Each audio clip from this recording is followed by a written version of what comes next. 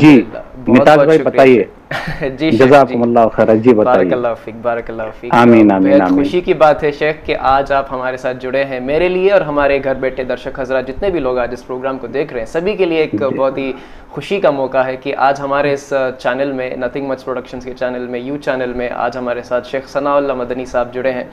ये topic choose करने का एक ख़ास मकसद ये है शेख कि अक्सर हम देखते हैं कि लोग परेशान हैं। मोटे लोग इस बात से परेशान हैं कि वो पतले कब हो जाएं, है ना? सही तो सही। लंबे लोग जो हैं वो इस बात से परेशान है कि उनके नंबर का जूता नहीं मिल रहा है मार्केट में। बिल्कुल सही, बिल्कुल जी, सही। तो मतलब हमेशा ये पूछते रहते हैं कि मैं इतना लंबा क्यों हूँ आखिर। और जो लोग जिनका हाइट कम है वो लोग हमेशा ये बोलते हैं कि मेरी हाइट इतनी कम क्यों है, मेरे रिश्ते नहीं आ रहे हैं। मतलब ये भी एक परेशानी है। और पैंडेमिक तो समझिए कि एक तरीके से एक मौका मिल गया लोगों को कि पैंडेमिक के वजह से मैं परेशान हूँ बोलने के लिए। हालांकि ये प्रॉब्लम, परेशानी तो पैंडेमिक से पहले, कोरोना वायरस आने से पहले भी लोग परेशान थे ही। बिल्कुल जी, पेरेंट्स परेशान है, टीचर्स परेशान है, और उन दोनों से भी ज्यादा हमारे स्टूडेंट्स परेशान है। आज हम और आप परेशान हैं। मैं आपसे पूछना चाहता हूँ, नाजरीन से, सामीन से, सबसे बड़ा पैसे वाला कौन है? आप ही बताइए, बताइए।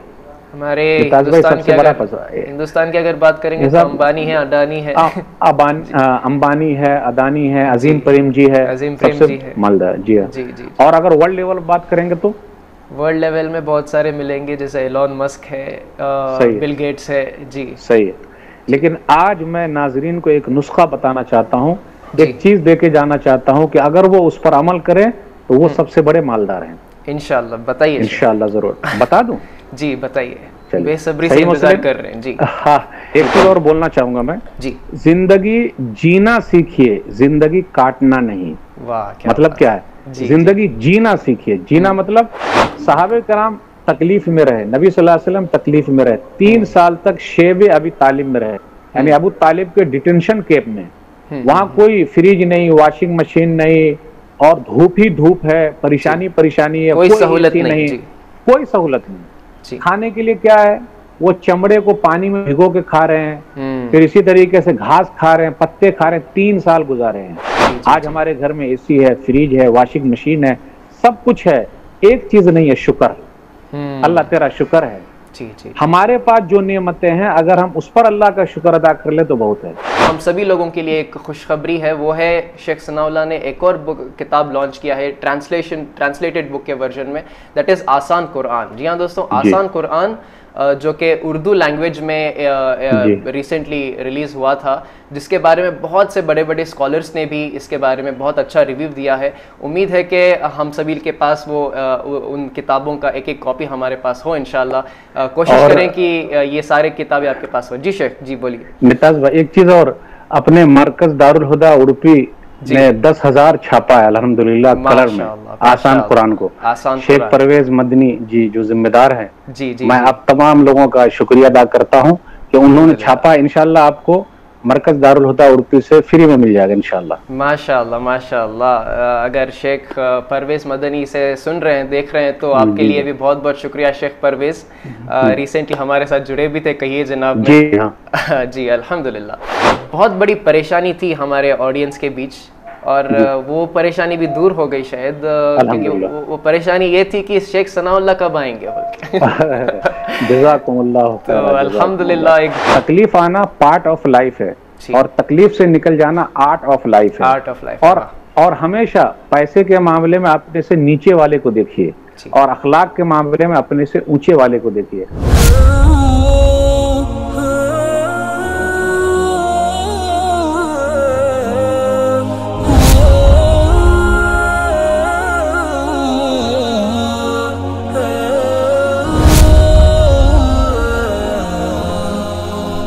अस्सलामु अलैकुम वरहमतुल्लाहि वबरकातुहू। कहिए जनाब, दीजिए जवाब में आप सभी का हम इस्तकबाल करते हैं मेरे अजीज़ दोस्तों, प्यारे भाइयों बहनों और बुज़ुर्गों। हर बार की तरह आज के इस एपिसोड में भी हम आपके लिए एक बहुत ही बेहतरीन टॉपिक लेकर आए हैं। दोस्तों, आज जिस टॉपिक को हम कवर करने वाले हैं, ये कहीं ना कहीं सभी के ज़िंदगी से रिलेटेड एक मुद्दा है, एक टॉपिक है। और आसानी से अगर मैं आज के टॉपिक को अगर बताना चाहूँ तो वो है सदा खुश रहो। जी हाँ दोस्तों, ये है आज का टॉपिक। हमेशा खुश रहो, सदा खुश रहो, या फिर खुशगवार ज़िंदगी के कुछ उसूल हम आज यहाँ पर जानने की कोशिश करेंगे। और इसके बारे में, आज के टॉपिक के बारे में मैं और आपको आगे बताऊंगा, लेकिन उससे पहले अब सवाल यहाँ पर ये उठता है कि हमारे आज के इस एपिसोड के खास मेहमान कौन रहेंगे। जी हाँ दोस्तों, बेहद इंतज़ार था आप सभी लोगों को उनका, बहुत दिनों से उनके कमिंग सून के पोस्टर्स सर्कुलेट हो रहे थे, and that is none other than हमारे आज के गेस्ट हैं फजीलतुल शेख सनाउल्लाह मदनी हफिज़हुल्लाह साहब। बेहद खुशी होगी आप सभी लोगों को ये जानकर के आज शेख सनाउल्लाह साहब हमारे साथ हमारे शो में मौजूद हैं। कहिए जनाब दीजिए जवाब सीज़न 2 में। तो बिना वक्त को बर्बाद किए आइए हम आज इनका यहाँ पर इस्तकबाल करेंगे। शेख अस्सलाम वालेकुम व रहमतुल्लाहि व बरकातुहू। वालेकुम अस्सलाम व रहमतुल्लाहि व बरकातुहू। कैसे हैं शेख, क्या हाल है? अल्हम्दुलिल्लाह, अल्लाह का शुक्र है। आप लोग कैसे हैं? अल्हम्दुलिल्लाह, आप ही के इंतज़ार में थे शेख बहुत दिनों से, फाइनली आपके साथ जुड़ गए हम, अल्हम्दुलिल्लाह। जज़ाकुमुल्लाह खैरा। जी तो दोस्तों, शेख सनाउल्लाह मदनी जी, शेख जी सबसे पहले तो अल्लाह ताला की तारीफ कि अल्लाह ताला ने हम लोगों को मौका दिया। अल्हम्दुलिल्लाह कफ़ा व सलामुन अला इबादिहिल्लज़ीना इस्तफ़ा, अम्मा बाद। उसके बाद मैं आप तमाम हजरात का शुक्रिया अदा करता हूं कि आप लोगों ने मुझे बुलाया, और टाइम मुझे पहले देना चाहिए था लेकिन ज़रा मसरूफियत की वजह से बिजी था मैं, इसलिए मैं आपको टाइम नहीं दे सका। अल्लाह की तौफीक के बाद जो आज के प्रोग्राम के होस्ट हैं आप निताज अली साहब, आपका शुक्रिया अदा करता हूं।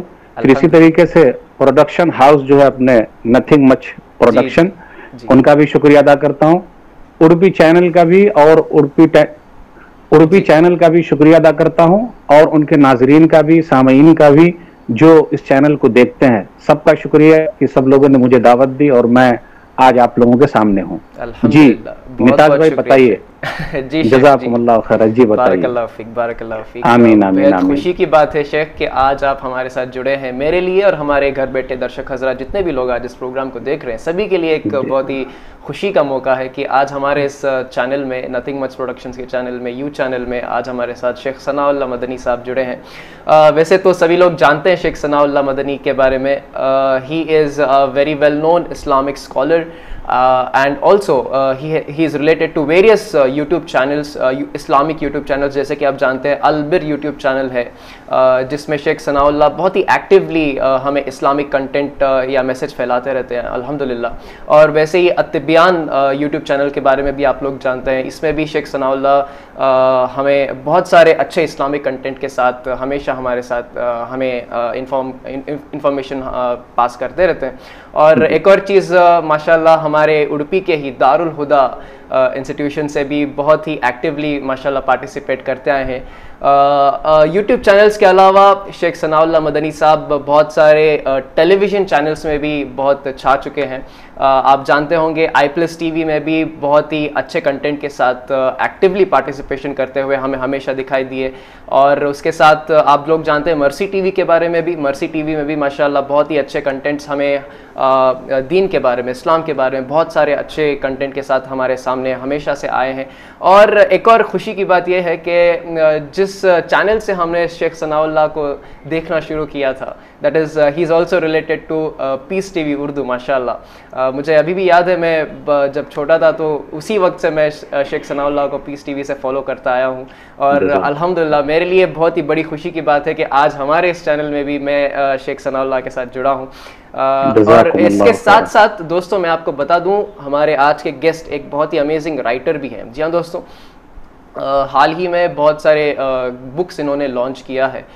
एक बुक के बारे में अगर मैं बात करूं तो दैट इज़, जिसका टाइटल ही बहुत ही ज़्यादा ख़ास है हम सब के लिए एज एन इंडियन।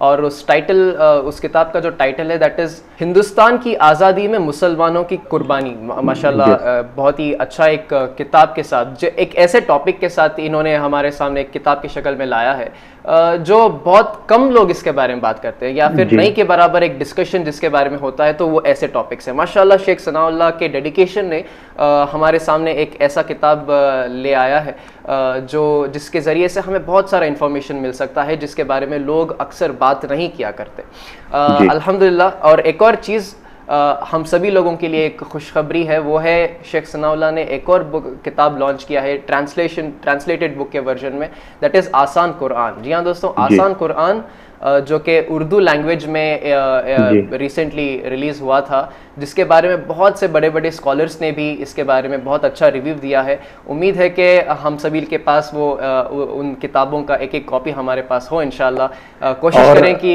ये सारे किताबें आपके पास हो। जी शेख, जी बोलिए। निताज भाई, एक चीज और, अपने मरकज दारुल हुदा उड़पी ने 10,000 छापा है अल्हम्दुलिल्लाह कलर में, आसान कुरान को। शेख परवेज मदनी जी जो जिम्मेदार हैं, मैं आप तमाम लोगों का शुक्रिया अदा करता हूं कि उन्होंने छापा। इंशाल्लाह आपको मरकज दारुल हुदा उड़पी से फ्री में मिल जाएगा इंशाल्लाह। माशाल्लाह माशाल्लाह। अगर शेख परवेज मदनी से सुन रहे हैं, देख रहे हैं, तो आपके लिए भी बहुत बहुत शुक्रिया शेख परवेज। रिसेंटली हमारे साथ जुड़े भी थे, कहिए जनाब। जी हाँ जी अल्हम्दुलिल्लाह। चलिए शेख, शो को आगे बढ़ाते हैं। आपका सबसे पहले तो आपका एनएम प्रोडक्शंस की तरफ से, उड़पी चैनल की तरफ से और हमारे तमाम दर्शक हजरात की तरफ से आपका हम तहे दिल से इस्तकबाल करते हैं। और आज का जैसे मैंने टॉपिक भी बताया, टॉपिक है सदा खुश रहो। ये एक बड़ा यूनिक टॉपिक है और ये टॉपिक चूज करने का एक खास मकसद ये है शेख कि अक्सर हम देखते हैं कि लोग परेशान हैं। हर कोई, हर इंसान यहाँ पर परेशान है, चाहे वो बच्चे हो या फिर जवान हो या बूढ़े हो, हर कोई किसी ना किसी वजह से परेशान है। जी हाँ, यानी कि एक एग्जांपल अगर मैं बोल दूं तो मोटे लोग इस बात से परेशान है कि वो पतले कब हो जाएं। सही, तो सही, लंबे लोग जो हैं वो इस बात से परेशान है कि उनके नंबर का जूता नहीं मिल रहा है मार्केट। बिल्कुल सही, बिल्कुल जी सही। तो मतलब हमेशा ये पूछते रहते हैं कि मैं इतना लंबा क्यों हूँ आखिर। और जो लोग जिनका हाइट कम है वो लोग हमेशा ये बोलते हैं कि मेरी हाइट इतनी कम क्यों है, मेरे रिश्ते नहीं आ रहे हैं। मतलब ये भी एक परेशानी है। और पैंडेमिक तो समझिए कि एक तरीके से एक मौका मिल गया लोगों को कि पैंडेमिक के वजह से मैं परेशान हूँ बोलने के लिए। हालांकि ये प्रॉब्लम, परेशानी तो पैंडेमिक से पहले, कोरोना वायरस आने से पहले भी लोग परेशान थे ही। बिल्कुल जी। और रही बात दूसरे एस्पेक्ट्स की, अगर हम बात करें तो ऑनलाइन क्लासेस अभी ज़्यादा हो गए हैं और यहाँ पर पेरेंट्स परेशान है, टीचर्स परेशान है और उन दोनों से भी ज़्यादा हमारे स्टूडेंट्स परेशान है। बिल्कुल सही। जी, मतलब ये कहने का मकसद ये है कि किसी ना किसी के पास कुछ ना कुछ परेशानी है ही, सही है। और दूसरी बात, हमें ये समझ में नहीं आ रहा है कि ये परेशानी या फिर टेंशन, ये स्ट्रेस अगर आखिर हमारे पास आया क्यों है। मतलब कोई ये समझने की कोशिश नहीं कर रहा है कि इसका सोल्यूशन क्या है, इससे हम कैसे पार हो सकते हैं। ये सब कोई भी सोच नहीं रहा है। बस ये बोलते जा रहे हैं कि बस ये कंप्लेन करते जा रहे हैं कि मैं परेशान हूँ। जी हाँ। और दूसरी बात, परेशानी आती है तो कोई बात नहीं, लेकिन लोग इतना ज़्यादा उसके बारे में बोलने लगते हैं कि मतलब बहुत बड़ी प्रॉब्लम यह है कि लोग अपने खुदा से, अपने अल्लाह से दूर होते जा रहे हैं। अपने दीन से दूर होते जा रहे हैं। ये एक बहुत बड़ा प्रॉब्लम है शेख। यानी कि परेशानी उनका बस इतना बड़ा प्रॉब्लम बन गया है कि लोग ये बोल रहे हैं कि ये नमाज वगैरह कुछ नहीं, कुरान वगैरह कुछ नहीं, परेशानी ये अपनी ज़िंदगी में आ गया है तो मुझे और कुछ नहीं चाहिए। मतलब उसी के बारे में सोचते रहते हैं और स्ट्रेस में चले जा रहे हैं। कभी कभी कुछ गलत कदम भी उठा लेते हैं। बिल्कुल खुदकुशी कर लेते हैं, खुदकुशी कर लेते हैं। बहुत सारे इंसिडेंट्स हमारे सामने आए हैं, चाहे वो लड़का हो, लड़की हो, बूढ़े हो, मतलब ऐसे आ रहे हैं। तो इसको खत्म करना है इंशाल्लाह। तो मैंने सोचा कि क्यों ना आज के इस एपिसोड में हमारे गेस्ट के साथ हम कुछ अच्छी बातें यहाँ पर शेयर करने की कोशिश करें। शेख सनाउल्लाह मदनी, एक मदनी स्कॉलर हमारे साथ जुड़े हैं। शेख, सबसे पहला सवाल मैं आपसे ये पूछना चाहूँगा, वैसे तो मैंने बहुत कुछ बातें कर लिया, उम्मीद है कि हमारे ऑडियंस को भी आज के टॉपिक के बारे में एक इंट्रोडक्शन मिल गया होगा, लेकिन एक सवाल शेख आगे बढ़ने से पहले मैं आपसे ये पूछना चाहता हूँ कि इंसान की जिंदगी में मुश्किलात क्यों आते हैं आखिर? इंताज भाई, आपने सवाल बहुत अच्छा पूछा है। इंसान की जिंदगी में तो परेशानी आती है और ये दुनिया है और दुनिया मुकम्मल है नहीं।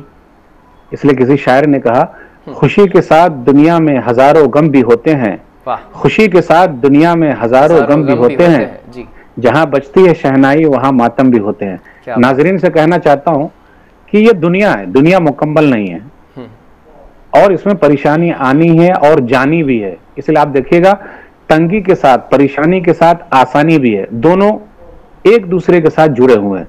तो हम और आप क्या करते हैं कि सिर्फ परेशानी को याद रखते हैं और आसानी को भूल जाते हैं, इसलिए परेशानी का मसला आ जाता है। तो परेशान होने की जरूरत नहीं है, क्योंकि ये दुनिया मुकम्मल है ही नहीं, जन्नत मुकम्मल है, तो वहां परेशानी नहीं रहेगी, तो दुनिया में तो परेशानी होगी। और परेशानी जो आती है वो दो तरीके से आती है, मैं समझाने के लिए बताना चाहता हूँ। एक तो यह है कि हमारे गुनाहों की वजह से आती है, हमारा बहुत पाप करते हैं, गुनाह करते हैं, तो अल्लाह ताला आजमाते हैं। इसलिए एक आयत पर गौर कीजिए, सूरह रूम सूरह नंबर 30 आयत नंबर 41, ज़हरल फसाद फिल बर्रि वल बहरि बिमा कसबत अयदीन नास लियुज़ीक़हुम बअदल्लज़ी अमिलू लअल्लहुम यरजिऊन, कि खुश्की और तरी में, यानी जमीन में, समुंदर में जो फसाद आ गया है लोगों के काले करतूत की वजह से, तो अल्लाह ताला क्या करते हैं, आजमाते हैं ताकि लोग उस चीज को छोड़ दें और नेकी की तरफ चले आए। तो गुनाहों की वजह से परेशानी आती है, नंबर एक। नंबर दो, अल्लाह ताला आजमाते हैं और परेशानी में डालते हैं ताकि अल्लाह ताला हम लोगों को बड़ा इनाम दे। तो याद रखिएगा, जितनी बड़ी परेशानी उतने बड़ा इनाम। बिल्कुल बिल्कुल। एक हदीस के अंदर आया, सुनन इब्न माजा किताबुल फितन हदीस नंबर 4031, इज़मुल जज़ाई मा इज़मिल बलाई, अगर बड़ी मुसीबत आ गई तो बड़ा बदला भी मिलेगा। तो हम और आप ये सोच के चले दुनिया मुकम्मल नहीं है, यहाँ परेशानी है, आसानी है, और दोनों एक साथ चल रहे हैं। फ़इन्न मअल उसरि युसरा इन्न मअल उसरि युसरा, सूरह अल नशरा के अंदर आप देख ली कि तंगी के साथ आसानी है, परेशानी के साथ आसानी है। तो ये परेशानी आसानी दोनों चलते रहेंगे, और ये इसलिए आते हैं, आजमाइश के लिए आते हैं, इसलिए आते हैं हमारे गुनाहों की वजह से।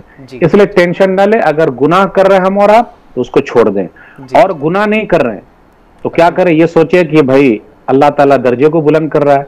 इसलिए आप देखिएगा कुछ लोग मजाक उड़ाते हैं, अरे मैं तो नमाज नहीं पढ़ता हूं लेकिन मेरा कारोबार बहुत अच्छा चल रहा है। अरे भाई, मजाक उड़ाने की जरूरत नहीं है। देखो फलां आदमी नमाजी है, कुरानी है, लेकिन उसके बावजूद भी तकलीफ में है, तो अल्लाह आजमा रहे। जी हाँ जी। इसलिए आदमी को ये सोच के सब्र करना चाहिए कि आजमाइश है। आजमाइश जी जी जी इंशाल्लाह। बहुत बहुत शुक्रिया शेख। उम्मीद है कि हमारे घर बैठे दर्शक हजरात भी इस आंसर को सुने और आपके जो भी शुरुआत में जो कंफ्यूजन थे वो दूर हुए होंगे। शेख, इससे मिलता जुलता एक और सवाल मैं पूछूंगा। पहले तो मैंने आपसे पूछा मुश्किलात के बारे में या परेशानी के बारे में। जी। अब मैं आपसे ये पूछना चाहूंगा कि जिंदगी में सुकून हासिल करने के लिए हम क्या कर सकते हैं शेख? ये तो इमीडिएट सवाल है पहले सवाल के बाद। जी। आजकल हर आदमी परेशान है और हर एक को सुकून चाहिए, शांति चाहिए, हर एक को चाहिए। जी जी। और याद रखिएगा, शांति कहाँ है? शांति कुरान में है। शांति कहाँ है? शांति हदीस में है। शांति कहाँ है, यानी परेशानी खत्म करने का जरिया कहाँ है? वो मस्जिद में जाने में है। माशाअल्लाह। और अहम चीज है तकदीर के फैसले पर राजी रहने में है। हाँ। हम और आप तकदीर के फैसले पर राजी नहीं है, क्योंकि हम जो चाहते हैं अल्लाह वो नहीं देते हैं, अल्लाह वो देते हैं जो हमारे लिए बेहतर है। जी जी जी। जो अल्लाह चाहते हैं जी। लेकिन हम और आप चक्कर में लगे हुए, अल्लाह ये दे दे, ये दे दे, ये दे दे, लेकिन अल्लाह बोलते हैं नहीं, ये चीज तेरे लिए बेहतर नहीं है। तो तकदीर के फैसले पर राजी रहिए कि मेरे नसीब का जो लिखा है उतना मिलेगा। और मौत और रिस्क यानी रोजी रोटी दोनों साथ में चलना है। जिस तरह मौत यकीनी है, रोजी रोटी मिलना यकीनी है, तो घबराने की जरूरत नहीं है। जितना लिखा है नसीब का उतना मिल के रहेगा, लेकिन जायज तरीके से कोशिश करना। इसलिए आप देखिएगा घोंसले क्या करते हैं, सुबह के वक्त घर से निकलते हैं और शाम में फिर वापस आते हैं, तो वो अपने साथ तो कुछ लेकर नहीं आते। चिड़िया क्या कोई चीज लेकर आती? नहीं लेकर आती। अल्लाह पर कितना भरोसा है उनको। जी जी। तो जो अल्लाह कल खिलाया, आज खिलाया, वो आइंदा भी खिलाएगा। तो हम और आप टेंशन लिए बैठे हैं, तो तकदीर के फैसले पर राजी रहिए, मेहनत कीजिए। कितने लोगों को आप देखिएगा उनका घाटा हो गया, बिल्कुल तिजारत के घाटा हो गया, तो आप परेशान है। जी नहीं, वो नसीब का लिखा था। हाँ। कोशिश किया, गया, लेकिन वहां मिलेगा।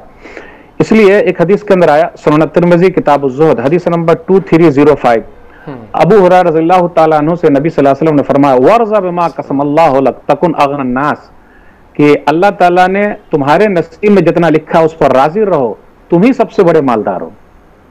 तो हम और आप राजी रहे। आज पैसे को लेकर हम और आप परेशान है। जो न करे बाबू भैया वो करे रुपया। सबसे बड़ा है पैसा पीर, न बाबू न भैया, सबसे बड़ा रुपया। सही है। जब पैसा रहता है तो लोग सलामी मारते हैं, और पैसा नहीं रहता है तो लोग गुलामी समझते हैं। सही है कि नहीं? बिल्कुल बिल्कुल बिल्कुल। और जिसके पास पैसा है वो कुछ कर रहा है, लेकिन याद रखिएगा अल्लाह किसी को देकर आजमाता है और अल्लाह किसी को न देकर आजमाता है, दोनों अल्लाह ही की तरफ से है।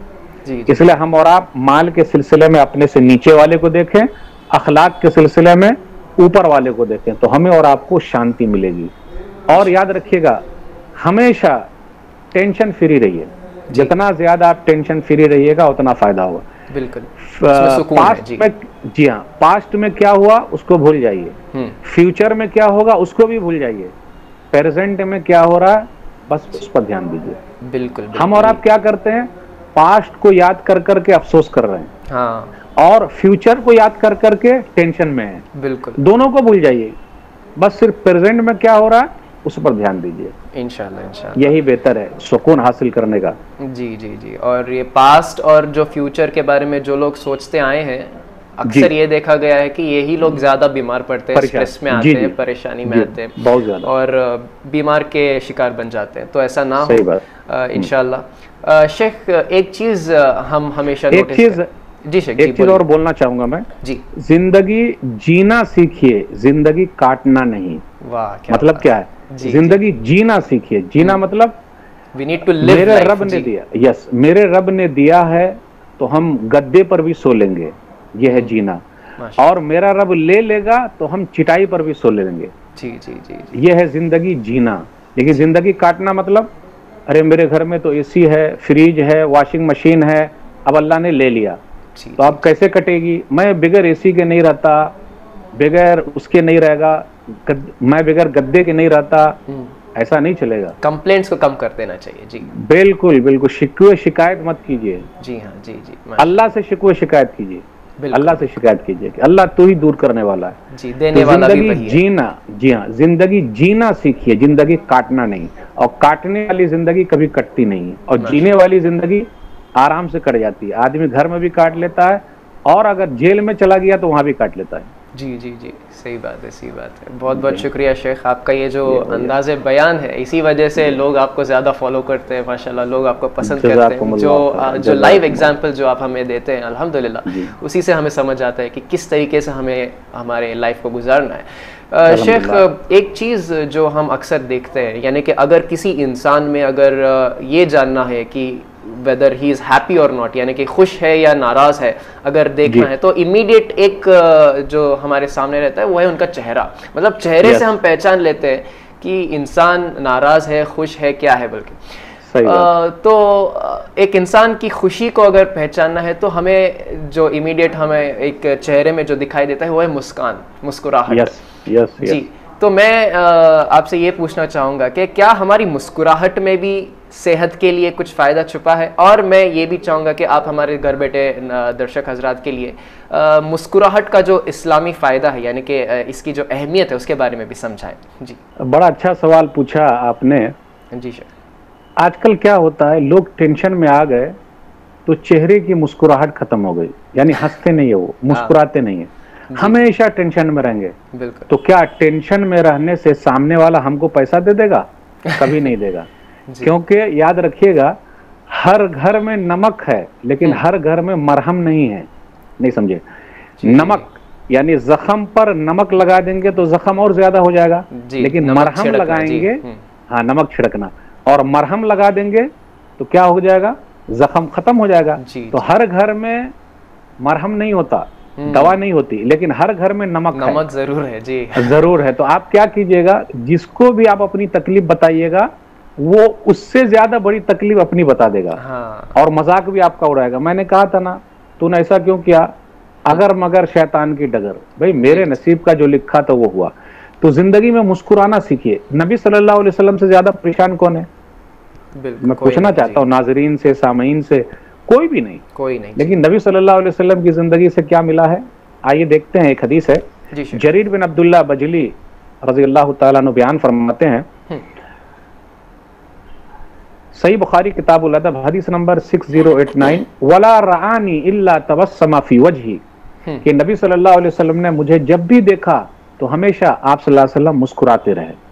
अब इतना ज्यादा परेशानी है, टेंशन है, लेकिन नबी सल्लल्लाहु अलैहि वसल्लम मुस्कुरा रहे हैं। इसलिए किसी शायर ने कहा, मसाइल में उलझ कर मुस्कुराना मेरी आदत है, मसाइल में उलझ कर मुस्कुराना मेरी आदत है, मुझे बर्बादियों पर अश्क बरसाना नहीं आता, माशाअल्लाह। यानी मैं रोता रहूं ऐसा नहीं आता। भाई मेरे नसीब का था, चला गया, जो गया वो गया। अब आइंदा क्या करना है, जरा सही तरीके से रहने का। इसलिए कितने लोग मुस्कुराते नहीं है, मुस्कुराना सीखिए। लेकिन एक चीज और भी बता दूं, हंसने का नहीं। बहुत सारे लोग बहुत हा हा ही हु करते रहते हैं, उसे नहीं। और कॉमेडियन तो चल ही रहा है, दिख ही रहा है आप, जो टीवी पर दिखाए जा रहे हैं, जो जितना ज्यादा हंस रहा है, हंसा रहा है, वही सबसे ज्यादा आगे है। जी नहीं। और एक कॉमेडी शो तो बहुत मशहूर है, वो तो आप जान ही रहे हैं जी, याद होगा ही आपको, बहुत सारे हैं जी। तो मैं बताना ये चाहता हूं कि मुस्कुराना सीखिए, हंसते रहने से दिल मुर्दा हो जाता है। जी जी जी। इसलिए एक हदीस के अंदर आया, सुनन तिरमिज़ी किताब-उज़्ज़ुहद हदीस नंबर 2305, अबू हुरैरा रज़ियल्लाहु तआला अन्हु से नबी सल्लल्लाहु अलैहि वसल्लम ने फरमाया कि वला तुक्सिर ज़हिक फ़इन्न कसरत ज़हिक तुमीतुल क़ल्ब, ज्यादा मत हंसा करो, यानी मुस्कुरा सकते, हंस सकते, लेकिन ज्यादा नहीं, ही हु हा हमेशा नहीं, बिल्कुल बिल्कुल, दिल मुर्दा हो जाता है। जी हाँ। तो मुस्कुराते रहे। नबी सल्लल्लाहु अलैहि वसल्लम मुस्कुराते थे, और मुस्कुराने से टेंशन खत्म होता है, और मुस्कुराकर मिलना भी सदका है। और किसी के चेहरे पर खुशी ला देना, मुस्कुराहट ला देना, वो भी सदका है। इसलिए हम और आप जब किसी से मिले और वो ज्यादा परेशान हो, तो हम और आप उनको समझाएं, भाई क्या घबरा रहे हैं, एंजॉय योर लाइफ, लाइफ को एंजॉय कीजिए, टेंशन फ्री रहिए। जी जी जी। तो ये मुस्कुराने की बड़ी अहमियत है। जी माशाल्लाह माशाल्लाह। जी, तो ये थी मुस्कान की ताकत हमारे ज़िंदगी में। तो हमेशा हम सभी को ये मुस्कुराहट जो है, ये हमारे लाइफ में इख्तियार कर लेना चाहिए। बहुत सारे प्रॉब्लम्स आपके सॉल्व हो जाएंगे इंशाल्लाह। शेख, ये थे मुस्कुराहट के बारे में कुछ डिस्कशन हमने कर लिया। अभी एक और इम्पॉर्टेंट एस्पेक्ट के बारे में पूछना चाहता हूँ, जो कि अक्सर ये उलमा इकराम हमें नसीहत देते हुए दिखाई देते हैं, दैट इज़ अबाउट सब्र, है ना। तो खुशहाल ज़िंदगी अगर पाना हो तो उसमें सब्र का क्या रोल है शेख? ये मैं चाहता हूँ कि आप हमारे दर्शक हजरात को बताएं इसके बारे में। मैं नाज़रीन से कहता हूँ, सामीन से कहता हूँ, सब्र ही सबसे अहम चीज़ है। जिसने सब्र करना सीख लिया, उससे अच्छा कोई है ही नहीं। लेकिन सब्र कब तक? लोग पूछते हैं मौली साहब कब तक सब्र करें? ये एक सवाल तो सब्र कब्र, जब तक कब्र तक लोग पूछते हैं सब्र कब तक करें? जी हाँ, तो जब तक हम और आप कब्र में न चले जाएं, सब्र करते रहें। जी जी जी। और याद रखिएगा, सब्र 3 तरीके से होता है, यानी 3 चीजों पर सब्र है। जी। हमें और आपको नेकी करने का मन नहीं करता, लेकिन सब्र करते हुए करना है, वही अल्लाह का हुक्म है, रसूलुल्लाह सल्लल्लाहु अलैहि वसल्लम का हुक्म है। जी। फिर इसी तरीके से दूसरे नंबर का सब्र यह है कि बुराई को नहीं छोड़ा जाता। जी नहीं। अब मिसाल के तौर पर कोई गाना सुन रहा है तो सुनते जा रहा है, लेकिन हमें और आपको क्या करना है? जी नहीं। कोई औरत को देख रहा है तो देखते जा रहा है, जी नहीं। हमें क्या करना? नजर को बचा करके रखना, ये भी सब्र, नीचे रखना, ये भी सब्र। और जबान की हिफाजत से बेहतर है कि आदमी नजर की हिफाजत करे, क्योंकि नजर जो है शैतान का जहरीला तीर है। फिर इसी तरीके से अगर कोई मुसीबत आए, परेशानी आए, किसी की वफात हो जाए, तो सब्र करना। और सब्र जो है पहले झटके में है।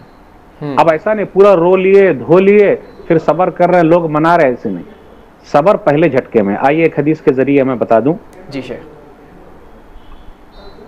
सही बुखारी किताबुल जनाज़ हदीस नंबर 1283, नबी सल्लल्लाहु अलैहि वसल्लम का गुजर हुआ कब्रिस्तान से, तो एक औरत को देखा वो कब्र पे रो रही है। तो नबी सल्लल्लाहु अलैहि वसल्लम ने फरमाया, इत्तक़िल्लाह वस्बिरी, अल्लाह से डर और सब्र कर। लेकिन उस औरत ने नबी सल्लल्लाहु अलैहि वसल्लम को पहचाना नहीं। तो उस औरत ने कहा, जाइए आप अपना काम कीजिए, अगर मेरी तरह मुसीबत आप पर आती तो पता चलता। उस बेचारी को क्या मालूम कि ये नबी सल्लल्लाहु अलैहि वसल्लम है। जी, नबी सल्लल्लाहु अलैहि वसल्लम कितने सादे रहते थे। तो सादगी की जिंदगी गुजारिएगा, टेंशन फ्री रहिएगा। ज्यादा हाई फाई लाइफ स्टाइल रखिएगा, परेशानी बढ़ जाएगी। जी। फिर उसके बाद किसी ने कहा, यस यस यस, फिर उसके बाद किसी ने कहा कि अरे वो तो नबी सल्लल्लाहु अलैहि वसल्लम है। तो वो औरत नबी सल्लल्लाहु अलैहि वसल्लम के पास आई और कहा, मैंने आपको पहचाना नहीं। तो नबी सल्लल्लाहु अलैहि वसल्लम ने फरमाया, इन्नमा सब्रु इंद सदमतिल ऊला, असली सब्र तो यह है कि जब हम और आप मुसीबत के बारे में खबर सुने, पहले झटके में सब्र कर लें इंशाअल्लाह। जी, ये है असल सब्र।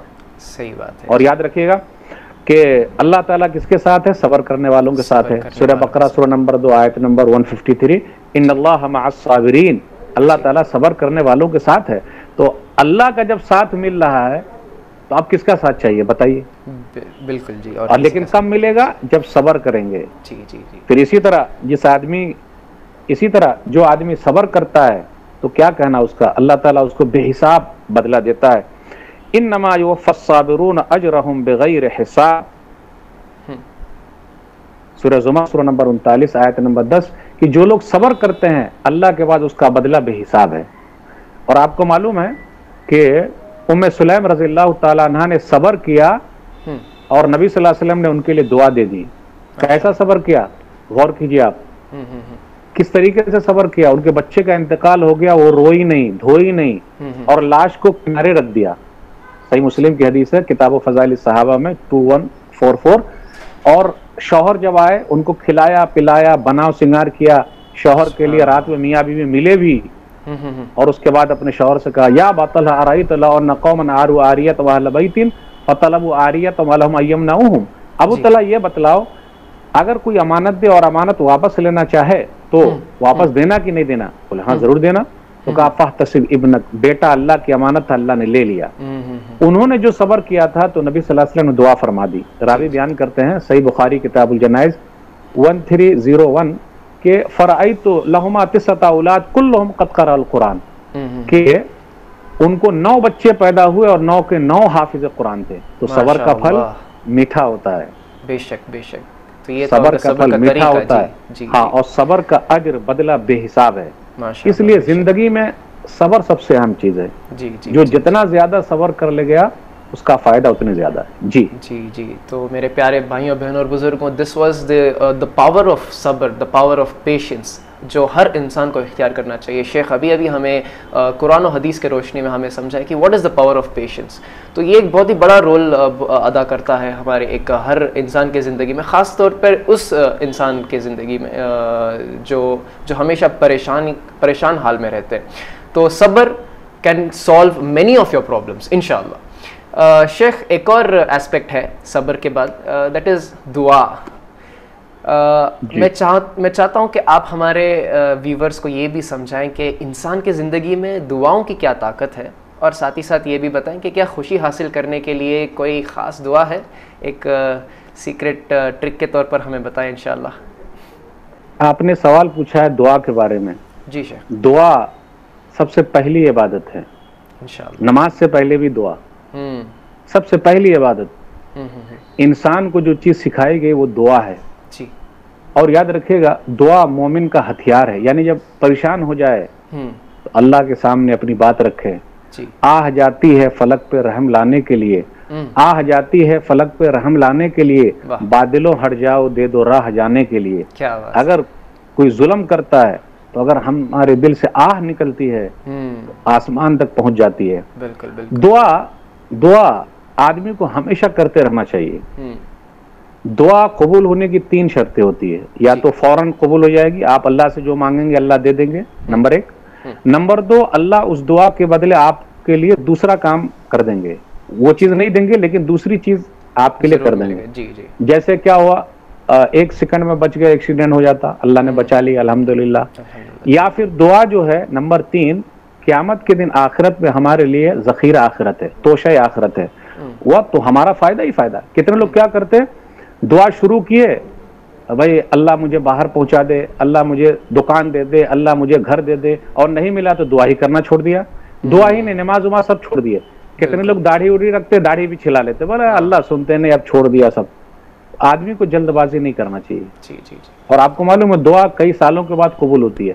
इब्राहिम अलैहिस्सलाम ने दुआ मांगी थी कि अल्लाह मक्का के अंदर नबी भेजना, तो नबी सल्लल्लाहु अलैहि वसल्लम कई सालों के बाद आए हैं और आखिरी नबी हुए हैं। तो इससे ये पता चला दुआ बहुत दिनों के बाद भी कबूल हो सकती है, इसलिए घबराने की जरूरत नहीं है। यहाँ भी हमें सब्र का एस्पेक्ट मिल जाता है। देखिए, यस यस यस यस।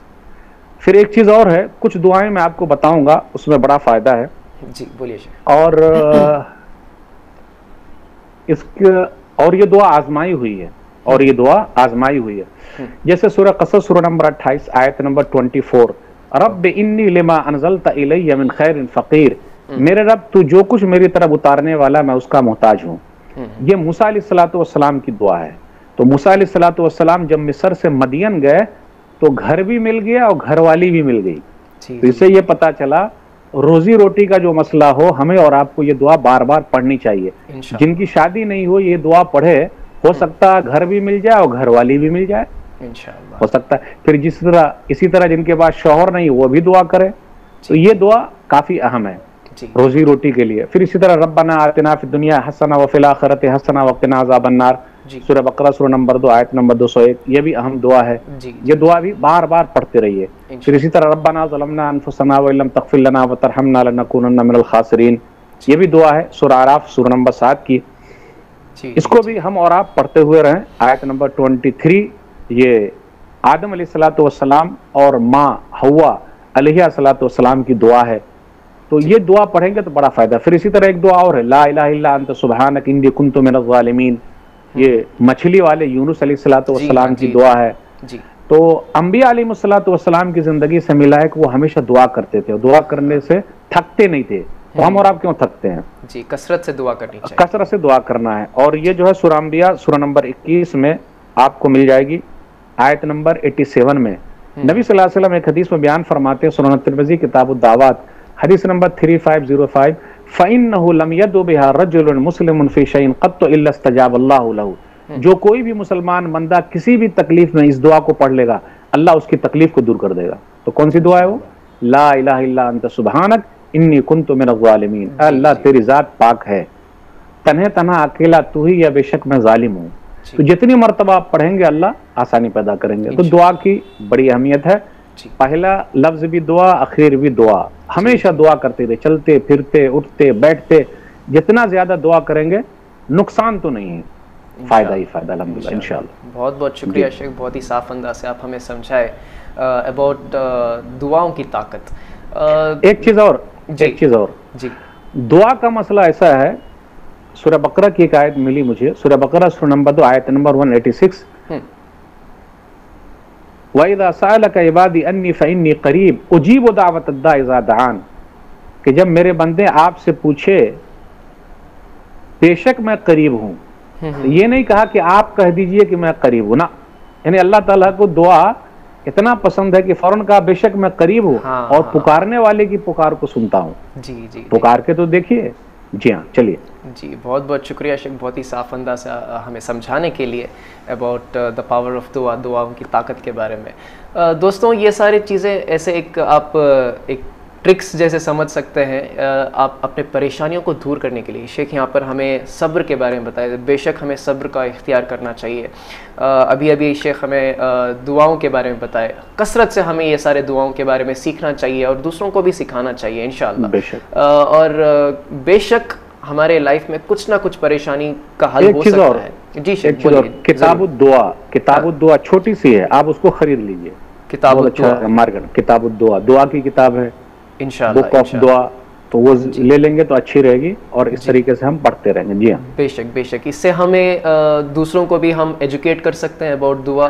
जब दूसरों को एजुकेट कर लेते हैं तो हम खुद भी सीख जाएंगे इंशाल्लाह। बहुत बहुत शुक्रिया। और एक चीज और, जैसे पेशाब पाखाना में जाने की दुआ, घर में आने जाने की दुआ, ये सब जितनी दुआ हम और आप पढ़ते हैं तो गोया कि हम अल्लाह की निगरानी में है।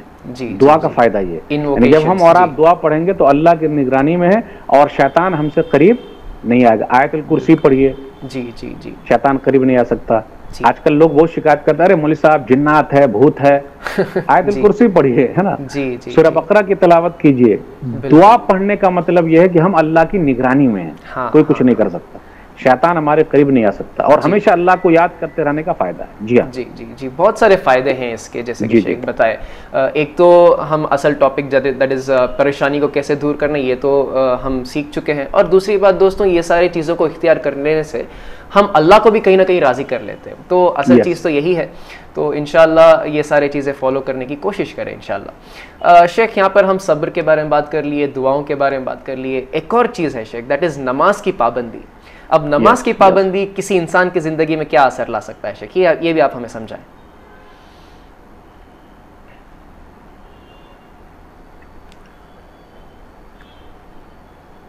नमाज तो ये सबसे अहम चीज़ है, इस्लाम का सेकंड पिलर है। जी। अफसोस की बात है, बहुत सारे लोग नमाज नहीं पढ़ते हैं। और कुछ लोग तो जानते हैं आप, 8 की खाट की 360 की, अल्लाह अल्लाह खैर सल्ला, 8 वाली जुमा की पढ़ लिए, खाट वाली जनाजे की पढ़ लिए, 360 वाली ईद और बकरीद की पढ़ लिए, अल्लाह अल्लाह खैर सल्लाह। और जब भी कोई परेशानी आती है तो लोग नमाज ही को पहले छोड़ देते हैं, नमाज की कुर्बानी दे देते हैं। हॉस्पिटल गए, कहीं भी गए, दवा करा रहे हैं लेकिन दुआ नहीं करा रहे हैं, नमाज नहीं पढ़ रहे हैं। कहीं भी आप रहे, चलते फिरते उठते बैठते जहां भी टाइम आ गया नमाज। सफर में नमाज खत्म नहीं है, आधी नमाज है। इसलिए आप देखिएगा कुछ लोग तो पढ़ते ही नहीं, जी। ना औरत है ना मर्द है, कोई भी नहीं पढ़ता। जी नहीं, हमेशा नमाज का ख्याल रखिए। बिल्कुल बिल्कुल, हमेशा। घबराहट दूर करने के लिए बेहतरीन अगर कोई जरिया बेहतरीन चीज है वो तो वो नमाज है। सलाह, जी, सलाह, नमाज, जी। नबी सल्लल्लाहु अलैहि वसल्लम के बारे में बयान किया जाता है और हदीस के अंदर आया, सूरह नबी दाऊद किताबुल वितर हदीस नंबर 1319, हुज़ैफा रज़ियल्लाहु ताला अन्हु कहते हैं, कान नबी सल्लल्लाहु अलैहि वसल्लम इज़ा हज़बहु अम्रुन सल्ला, कि रसूलुल्लाह सल्लल्लाहु अलैहि वसल्लम जब भी घबरा जाते तो नमाज पढ़ने लगते। आज हम और आप जब घबरा जाते तो नमाज ही को छोड़ देते हैं। सही बात, मेरे भाइयों, नमाज की बड़ी अहमियत है। और जो कोई नमाज पढ़ता है 5 मरतबा वजू बनाता है, तो जब वजू बनाएगा और तो खुद ब खुद टेंशन फ्री हो जाएगा। अब कंप्यूटर के सामने बैठा है, लैपटॉप के सामने बैठा है, इधर बैठा उधर बैठा, टेंशन टेंशन टेंशन। वजू बनाया, थोड़ी देर के लिए उठा, नमाज पढ़ा, टेंशन फ्री हो जाता है, पूरे खून दौड़ने लगते हैं। हम और आप इसलिए नमाज पढ़ते हैं कि अल्लाह का हुक्म है, रसूलुल्लाह सल्लल्लाहु अलैहि वसल्लम का हुक्म है। जब सजदा करते हैं तो आप देख लीजिए किस तरीके से खून जो है पूरा दौड़ते रहता है। तो हम और आप अगर नमाज की पाबंदी करते हैं तो पंचुअल हो जाते हैं कि भाई फला वक्त में हमें पहुंचना है, उस वक्त वहां जाना है। और जो कोई फजर की नमाज का एहतमाम करता है तो गोया के अल्लाह की निगरानी में आ गया। सही मुस्लिम किताबुल मसाजिद हदीस नंबर 657, मन सल्ला सुबह फहुवा फी ज़िम्मतिल्लाह, जिसने सुबह की नमाज पढ़ ली गोया कि अल्लाह की निगरानी में आ गया। और जिसने फजर की 2 रकात सुन्नत पढ़ ली उसको पूरी दुनिया मिल गई है। आज हम और आप परेशान हैं। मैं आपसे पूछना चाहता हूँ, नाजरीन से, सामीन से, सबसे बड़ा पैसे वाला कौन है? आप ही बताइए। हमारे हिंदुस्तान की अगर बात करेंगे तो अंबानी है, अडानी है, अंबानी है, अदानी है, अजीम प्रेम जी है, सबसे मालदार जी है। जी। और अगर वर्ल्ड लेवल बात करेंगे तो वर्ल्ड लेवल में बहुत सारे मिलेंगे, जैसे एलोन मस्क है, बिल गेट्स है। जी, सही है। लेकिन आज मैं नाजरीन को एक नुस्खा बताना चाहता हूँ, एक चीज दे के जाना चाहता हूँ कि अगर वो उस पर अमल करें तो वो सबसे बड़े मालदार हैं। इंशाअल्लाह, बताइए। इंशाअल्लाह, जरूर बता दूं। जी बताइए, बेसब्री से इंतजार कर रहे हैं। जी हाँ, सही मुस्लिम किताब सलातुल मुसाफिर हदीस नंबर 725 725, नबी सल्लल्लाहु अलैहि वसल्लम ने फरमाया, रकअतल फजरी खैरुम मिनद दुनिया व मा फीहा, जिसने फजर के वक्त की 2 रकात सुन्नत पढ़ ली उसके लिए पूरी दुनिया और पूरी दुनिया में जितना सामान है उससे बेहतर। माशाअल्लाह। सिर्फ सुन्नत 2 रकात बस। फर्ज नमाज पढ़ लेंगे तो कितना बड़ा सवाब। जो आदमी नमाज नहीं पढ़ता है शैतान उसके कान में पेशाब कर देता है। और नमाज ही नहीं तो इस्लाम ही नहीं, मुसलमान ही नहीं। जी जी जी। इसलिए हमेशा कहीं भी रहें नमाज की पहली फिक्र कीजिए, पहले नमाज उसके बाद कारोबार। जी जी। और जिसने अपनी जिंदगी में नमाज को अपना लिया वो सुकून में, शांति में, उसकी एक नमाज छूट जाती है तो वो घबराता है, अरे यार मेरी नमाज छूट गई। लेकिन आज हमारी कितनी नमाजें छूटी जा रही, अफसोस की बात है। जुमा के दिन हमारी मस्जिदें फुल होती है, बाकी और दिनों में मस्जिदें आवाज लगा रही, कहाँ है लोग? मस्जिद तो बना ली शब भर में ईमा की हरारत वालों ने, मस्जिद तो बना ली शब भर में ईमा की हरारत वालों ने, मन अपना पुराना बापी है बरसों में नमाजी बन न सका। इसलिए नमाज की अहमियत को समझिए। कल अल्लाह के हुकूक में से सबसे अहम हक जो है नमाज है, अल्लाह उसके बारे में पूछेंगे। जी, सेकंड पिलर भी जैसे कि आपने बताया। हाँ, सेकंड पिलर है, तो ये सब चीजों के बारे में पूछा जाने वाला है। इसलिए हम और आप मामूली ना समझे। जंग की हालत में नमाज माफ नहीं है। गरगरा मौत का शुरू होने से पहले तक नमाज है। अपने बच्चों को 7 साल की उम्र में नमाजी बनाइए। अपने बच्चों के लिए दुआ कीजिए। इब्राहिम अलैहिस्सलातु वस्सलाम दुआ करते थे, रब्बी जन्नी मुक़ीमस्सलाह व मिन ज़ुर्रियती रब्बना व तक़ब्बल दुआ। सूरह इब्राहिम के अंदर है कि मेरे रब मुझे नमाजी बना दे, नमाजी बनाए रख। अब देखिए इब्राहिम अलैहिस्सलातु वस्सलाम नमाजी हैं, लेकिन वो दुआ कर रहे हैं कि अल्लाह मुझे नमाजी बनाए रख और हमारी दुआ को सुन ले। तो हम और आप भी अपने लिए भी, औलाद के लिए भी दुआ करते रहें। तो नमाज की बड़ी अहमियत है। जी, बहुत बहुत शुक्रिया शेख, बहुत ही अच्छे अंदाज से आप हमें समझाए कि नमाज की पाबंदी एक इंसान के लाइफ में कितना ज़्यादा इम्पोर्टेंस रखता है। दोस्तों, यहाँ पर एज अ कंक्लूजन मैं ये आपको बता दूँ कि नमाज से कभी ये मत कहो कि मुझे काम है, बस अपने काम से ये ज़रूर कहना कि मुझे नमाज पढ़नी है इंशाल्लाह। Yes. तो बहुत सारे प्रॉब्लम्स आपके सॉल्व हो जाएंगे। और जैसे कि शेख भी आपने बताया कि जंग के हालत में भी नमाज छोड़ने की इजाज़त नहीं है। तो और नमाज जो है ना, एक चीज़ और, नमाज जो है वो अल्लाह से बात करना है। तो क्या हम और आप नहीं चाहते कि अल्लाह से बात है? बिल्कुल बिल्कुल। बड़ा बदनसीब है वो जो अल्लाह से बात करना ही नहीं चाहता। नहीं चाहता जी। बड़े खुशनसीब है वो लोग जो अल्लाह से बात करते हैं। जी यस, वो नमाज ही है इंशाल्लाह। जी जी, बहुत बहुत शुक्रिया शेख। शेख, एक और सवाल मैं आपसे पूछना चाहूँगा। अब बहुत सारे एस्पेक्ट हमने कवर कर लिया। परेशानी की जब बात आती है तो रिश्तेदारों के बीच बहुत सारे परेशानियां हैं। Yes. अब घर की अगर हम बात करें तो अक्सर ये देखा जाता है कि पेरेंट्स और बच्चों के बीच एक बहुत ही बड़ा अनबन रहता है, परेशानियां रहती हैं। बाप बेटे से नाराज़ है, बेटा बाप से नाराज़ है, या फिर माँ अपने बेटी से, या फिर बेटी अपने माँ से, ये सब होते रहते हैं। लेकिन समझने की बात यह है कि परेशानी छोटे से लेकर बड़ा कब बन जाता है ये हमें समझ में नहीं आता। शेख, सवाल मेरा ये है आपसे कि फैमिली में खुशियां बरकरार रखने के लिए वालिदैन का या फिर पेरेंट्स का क्या किरदार होना चाहिए शेख? यस यस, इस सिलसिले में मेरी राय ये है कि ज्वाइंट फैमिली में हम और आप हैं, और ज्वाइंट फैमिली को इस्लाम ने बढ़ावा नहीं दिया है जी। तो मसला वहीं खराब होता है। एक कमाते हैं, सब लोग खाते हैं, तो वहां माँ बाप को चाहिए कि इंसाफ से काम ले। अब क्या, बेटा अगर पैदा हुआ तो कंधे पर लेके घूम रहे हैं, और बेटी हुई तो मुंह छुपाए फिर रहे हैं। नहीं, बेटी पैदा हुई, बेटी रहमत है, जहमत नहीं है। माँ बाप को चाहिए कि अपनी औलाद के दरमियान, बच्चों के दरमियान इंसाफ करे। एक हदीस के अंदर आया, सही मुस्लिम किताबुल हिबात, हदीस नंबर 1623, नोमान बिन बशीर रज़ी अल्लाह ताला अन्हु कहते हैं कि उनके अब्बा बशीर ने उनको कुछ दे दिया गिफ्ट, तो उनकी अम्मी ने कहा, अमरा बिनते रवाहा, कि जब तक रसूलुल्लाह सल्लल्लाहु अलैहि वसल्लम गवाही न दे दें मैं राजी नहीं होंगी। तो नबी सल्लल्लाहु अलैहि वसल्लम के पास पहुंचे, तो नबी सल्लल्लाहु अलैहि वसल्लम ने उनके अब्बू से पूछा, अफाल तहाज़ा बिवलदिका कुल्लिहिम, क्या आपने अपने तमाम बच्चों को दिया है? तो उन्होंने कहा, ला नहीं। फत्तकुल्लाह वअदिलू फी औलादिकुम, अल्लाह से डरो और अपनी औलाद के दरमियान इंसाफ करो। जी जी। तो अपनी औलाद के दरमियान इंसाफ करना जरूरी है।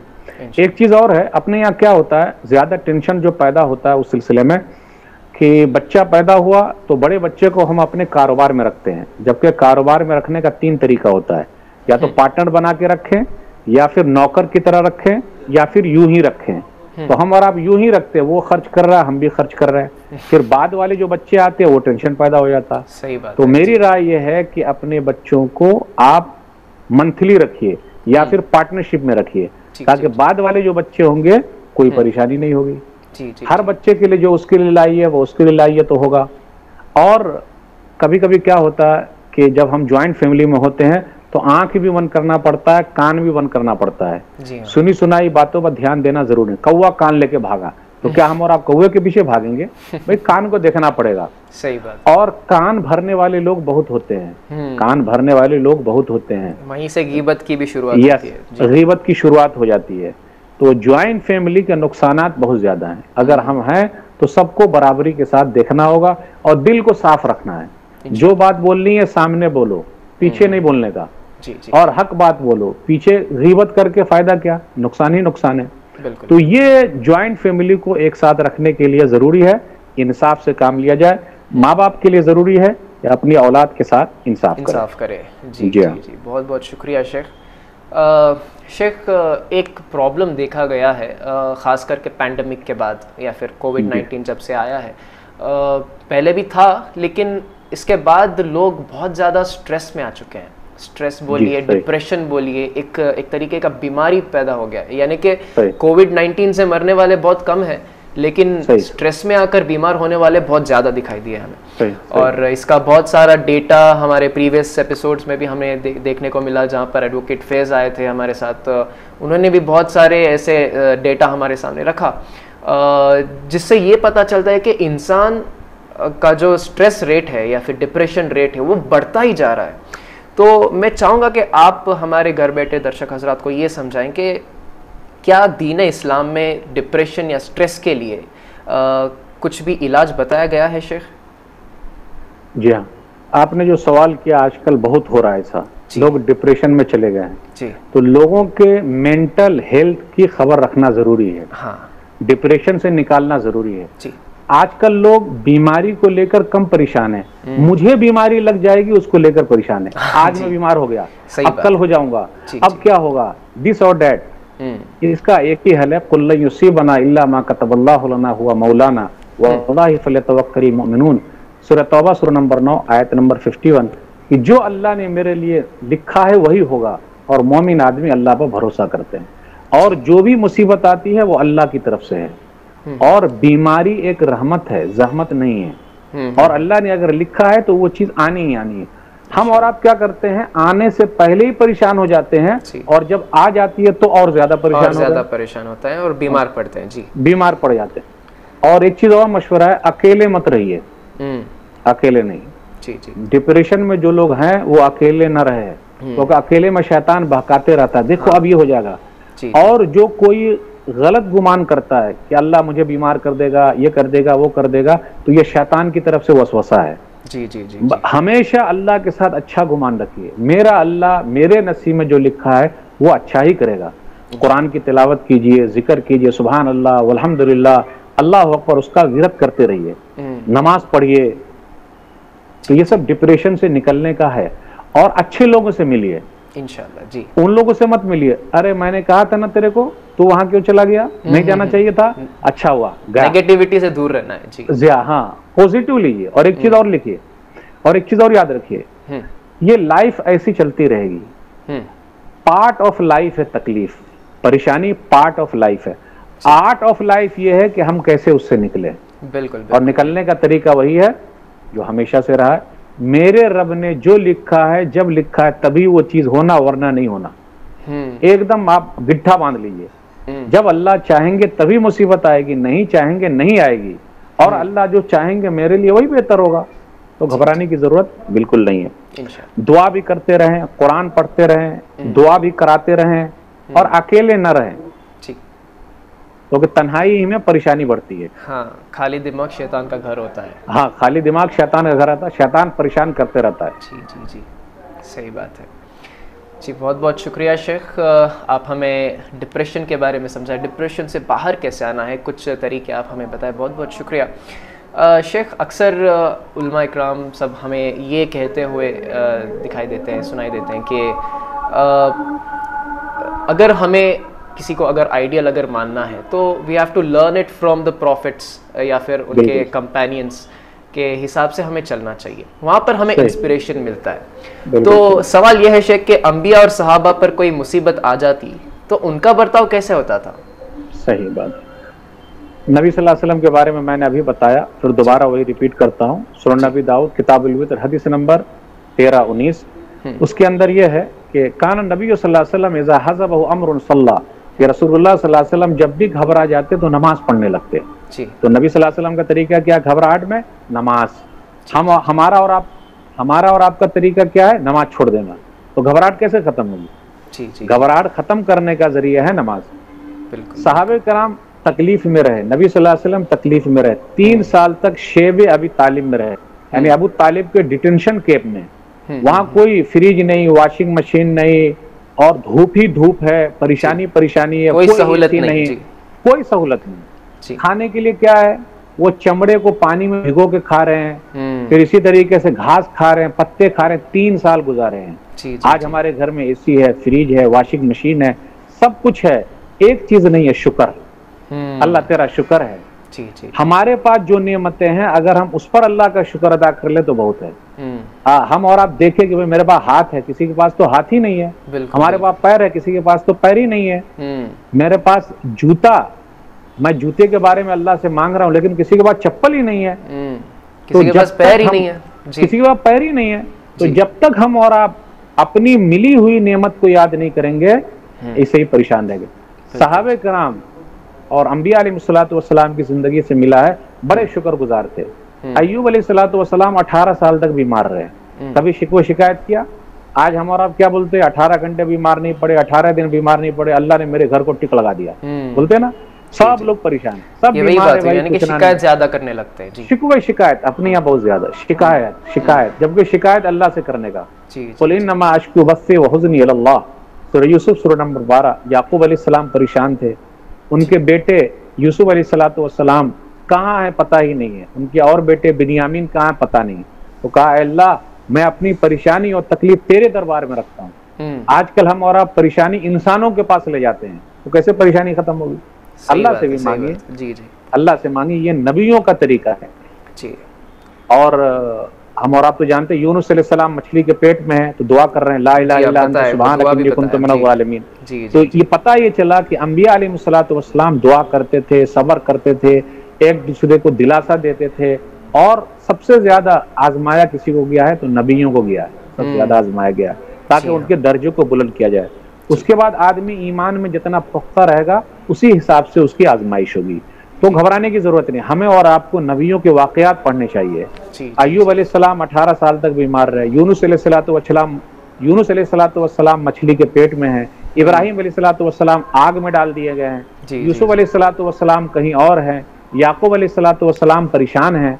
ये सब वाकयात पढ़ने से जरा तसल्ली मिलती है, तो वाकयात को पढ़ेंगे तो सुकून और शांति मिलेगी। फिल्म में हम और आप बहुत आगे आ गया, फिल्म देखने में, फिल्म वगैरह तो टेंशन बढ़ाने के लिए भाई, टेंशन खत्म करने के लिए कहाँ है। हीरो हीरोइन तो हमारे और आपके टेंशन को बढ़ा रहे हैं और हमारी जेब भी ढीली कर रहे हैं। सही है कि नहीं? सही, बिल्कुल सही। इसलिए नबियों का, वलियों का, साहबे कराम का तरीका यह है, अल्लाह से अपना कनेक्शन जोड़ते थे, हम और आप इंसानों से जोड़ते हैं। जी हाँ जी, बहुत बहुत शुक्रिया शेख, एक बहुत ही अच्छा इन्फॉर्मेशन हमें दिए हैं कि एक तरीका, एक कंक्लूडिंग तरीका जो हम सबको इख्तियार कर लेना चाहिए हमारे ज़िंदगी में, वो है अल्लाह से कनेक्शन बरकरार रखना है। दोस्तों, जो कनेक्शन यहाँ पर मैं बात कर रहा हूँ वो है अल्लाह का शुक्रिया अदा करना। यानी कि हम बहुत सारे एग्जाम्पल्स अभी हमें शेख बताए कि किस तरीके से अंबिया, किस तरीके से सहाबा इकराम अपने ज़िंदगी को गुजारते थे, किस टाइप के उनको किस तरीके से उनको अल्लाह ने आजमाया। हमारा तो 2% भी नहीं है। अगर हम कंपेयर करें हमारे स्ट्रेस को और उनके स्ट्रेस को, तो हमारा स्ट्रेस तो 2% भी नहीं है अगर उनके साथ अगर हम कंपेयर करेंगे। तो उस तरीके, उस हिसाब से भी, यानी कि उस सिचुएशन में भी जिस तरीके से उन्होंने सब्र को इख्तियार किया, जिस तरीके से उन्होंने अल्लाह पर भरोसा किया, जिस तरीके से उन्होंने अल्लाह का शुक्रिया अदा किया उस सिचुएशन में भी, इसमें एक हमारे लिए बहुत बड़ी सीख है। और इंशाअल्लाह आने वाले दिनों में भी हम इन सारे चीज़ों को हमारे अंदर इख्तियार कर लेंगे और दूसरों को भी इसके बारे में समझाएं इंशाअल्लाह। बेशक बेशक बेशक। तो शेख, शो ख़त्म करने का वक्त हो चुका है। बहुत सारे चीज़ें हमने आज जान ली आपके ज़रिए से, अल्हम्दुलिल्लाह। और एक बहुत बड़ी परेशानी थी हमारे ऑडियंस के बीच, और वो परेशानी भी दूर हो गई शायद, क्योंकि वो परेशानी ये थी कि शेख सनाउल्लाह कब आएंगे। तो अल्हम्दुलिल्लाह एक बहुत ही बेहतरीन एपिसोड बना है। उम्मीद है कि हमारे घर बैठे दर्शक हजरात, हमारे यूट्यूब व्यूवर्स, जितने भी लोग इस प्रोग्राम को देख रहे हैं, मैं चाहूँगा कि आप इस एपिसोड को ज़्यादा से ज़्यादा लोगों तक शेयर करें, ताकि जो भी परेशान हाल लोग हैं वो लोग ये इस वीडियो को देखें और ज़्यादा से ज़्यादा लोगों तक वो भी सर्कुलेट करें इंशाअल्लाह। और जाने से पहले मैं चाहूँगा कि हमारे आज के गेस्ट फ़ज़ीलतुल शेख सनाउल्लाह मदनी हफ़िज़ुल्लाह साहब से मैं रिक्वेस्ट करता हूँ कि आप हमारे घर बैठे दर्शक हजरात को, जितने भी लोग इस प्रोग्राम को देख रहे हैं, चाहे हमारे साथ हमारे नॉन मुस्लिम भाई बहनें भी जुड़े हैं, मैं चाहूँगा कि आप उनको भी एक छोटा सा पैगाम दें इंशाअल्लाह। जी शेख। मेरा सबसे बड़ा पैगाम यह है, टेंशन फ्री रहिए इंशाअल्लाह, टेंशन नहीं लेने का, टेंशन फ्री रहिए। नसीब का जो लिखा है वही होगा, मेहनत करते जाइए। तकलीफ आना पार्ट ऑफ लाइफ है, तकलीफ आना पार्ट ऑफ लाइफ है, और तकलीफ से निकल जाना आर्ट ऑफ लाइफ है। Art of life. और हमेशा पैसे के मामले में अपने से नीचे वाले को देखिए, और अखलाक के मामले में अपने से ऊंचे वाले को देखिए। और जितना नसीब का मिलना है मिलेगा, जब तक आपकी मौत ना जाए। तो ज्यादा घबराहट नहीं, पास्ट में क्या हुआ भूल जाइए, फ्यूचर में क्या होगा उसको भी भूल जाइए, प्रेजेंट में क्या है उस पर ध्यान दीजिए। यही असल लाइफ है। बी हैप्पी, मुस्कुराना सीखिए, सबसे अहम चीज यही है, और यह बड़ा पैगाम है। मैं आप तमाम लोगों के शुक्रिया के साथ रुखसत होता हूँ। सुब्हानकल्लाहुम्मा व बिहम्दिका, अशहदु अल्ला इलाहा इल्ला अंता, अस्तगफिरुका व अतूबु इलैक। बहुत बहुत शुक्रिया शेख इस आखिरी पैगाम के लिए भी। तो मेरे प्यारे भाइयों बहनों और बुज़ुर्गों, आज के लिए बस इतना ही। ये थे हमारे आज के गेस्ट शेख सनाउल्लाह मदनी साहब। शेख, उम्मीद करते हैं कि आप एक और बार हमारे साथ जुड़े रहे बेशक बेशक, एक और टॉपिक के लिए। जज़ाकल्लाहु खैरा हमारे साथ जुड़ने के लिए। वैसे तो मैंने शेख को तकरीबन 2 महीने तक मैं सताता रहा इनको। अरे नहीं, मसरूफियात में मैं आपको टाइम नहीं दे सका, उसके लिए माजरत कबूल कीजिए, नाजरीन से भी माजरत। माशाल्लाह आपकी एक्टिविटीज़ इतने ज़्यादा हैं शेख कि उन एक्टिविटीज़ के बीच में भी आपने हमारे लिए टाइम दिया। मैं NM प्रोडक्शंस की तरफ से, नथिंग मच प्रोडक्शंस की तरफ से, यू चैनल की तरफ से और हमारे तमाम दर्शक हज़रात की तरफ से आपका तहे दिल से शुक्रिया अदा करता हूँ कि आपने हमारे लिए टाइम दिया। और ऐसे ही इंशाल्लाह जुड़े रहने की अल्लाह हमें सलाहियत दे इंशाल्लाह आने वाले दिनों में। और तो दोस्तों, आज के लिए बस इतना ही। उम्मीद है कि आपको आज का ये एपिसोड आपको पसंद आया होगा। उम्मीद करते हैं कि आप ज़्यादा से ज़्यादा लोगों तक ये एपिसोड, ये लिंक शेयर करेंगे। तो दोस्तों, आने वाले एपिसोड में मिलेंगे एक और टॉपिक के साथ, एक और गेस्ट के साथ। तब तक आप हमारे साथ जुड़े रहिए। आप अपने दोस्त निताज़ अली को यहाँ से जाने की इजाज़त दें। अल्लाह ताला से दुआ है कि अल्लाह ताला हम सभी को हिदायत दें और सही रास्ते पर चलने की तौफीक अता फरमाएं। दोस्तों, आप सभी लोग अपना ख्याल रखें और परेशान हाल से दूर हटिए। इंशाल्लाह जो भी यहाँ पर शेख हमें बताए, जो भी तरीके हमें समझाए, उसे इख्तियार करने की कोशिश करें। जज़ाकुमुल्लाहु खैरा। अस्सलामु अलैकुम व रहमतुल्लाहि व बरकातहू।